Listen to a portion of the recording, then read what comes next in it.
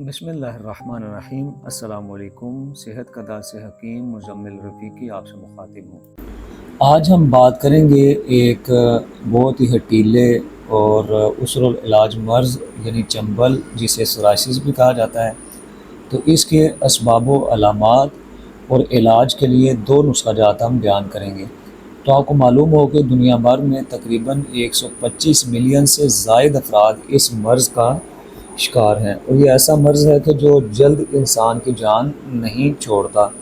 तो इस मर्ज़ में जल्द में सोज़श होकर जो जल्द की सतह है वो खुरदरी हो जाती है, और फिर जल्द से छिलके उतरना शुरू हो जाते हैं। और आगाज़े मर्ज़ में छोटे छोटे जो हैं वो दाने बनते हैं, सुर्ख गुलाबी टाइप, और फिर मुतासरा जगह जो है आहिस्ता आहिस्ता बढ़ती ही चली जाती है, और ये जो गुलाबी दाने होते हैं इनके ऊपर छिलके भी आ जाते हैं। तो ख़ारिज से सफ़ेद छिलके उतर कर खून भी ख़ारिज होने लगता है, क्योंकि इससे जल्द फट जाती है। तो फिर जल्द फटने की वजह से खून भी निकलना शुरू हो जाता है। तो इस मर्ज़ का जो ज़्यादा ज़ोर होता है वो कोहनियों, बाजुओं, घुटनों, टांगों, सर और कमर पर ज़्यादा होता है। तो क्योंकि ये मर्ज़ भी सर्दी का मर्ज़ है, खुश्की सर्दी का, तो लिहाजा ये गर्मियों की निस्बत सर्दियों में ज़्यादा होता है।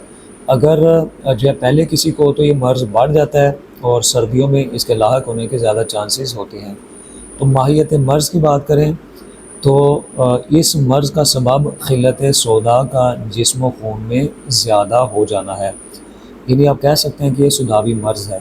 तो इसके असबाब की काज़िज़ की बात की जाए तो निज़ाम हज़म की ख़राबी और बदहज़मी एक इसकी अहम वजह है। दूसरी, शराब नोशी भी इसकी वजह है। अक्सर कब्ज़ रहना और तेज़ाबियत मैदा भी इस मर्ज़ का एक सबब है। जज्बाती और ज़हनी दबाव, इसी तरह से जिस तरह पहले बयान हो चुका है कि ख़िल्लत सोदा की ज़्यादती एक इसका सबब है, और खून का गाढ़ापन या गाढ़ा हो जाना भी इस मर्ज़ का एक सबब है। एक बहुत ही अहम सबब फ़ुज़लात, ख़ासकर जिनसी फ़ुज़लात की जिस्म से अखराज में बेकायदगी भी इसका एक अहम सबब है। बात करें उसूल इलाज की, तो चूँकि ये खुश्की सर्दी का मर्ज़ है, लिहाजा इलाज के लिए उज़लाती गुद्दी उज़लाती अदविया व अग़ज़िया इस्तेमाल करें। तो जैसे ही इन अग़ज़िया के इस्तेमाल से जिस्म के अंदर से सोदा की कसरत कम हो जाएगी, तो जल्द साफ़ होकर निखर जाएगी और ये मर्ज़ जाता रहेगा। इस मर्ज़ के इलाज के लिए ऊपर दिए गए नुस्ख़ाजात आप काम में ला सकते हैं। इनको क्लिक कीजिए और नुस्ख़ाजात के बारे में जानिए। सेहत का दा को सब्सक्राइब करना मत भूलें, वीडियो को लाइक और शेयर करें, और कमेंट सेक्शन में अपनी राय का इजहार ज़रूर करें। मज़ीद मालूमात और तिब्बी मशवरा के लिए दिए गए नंबर पर राब्ता करें।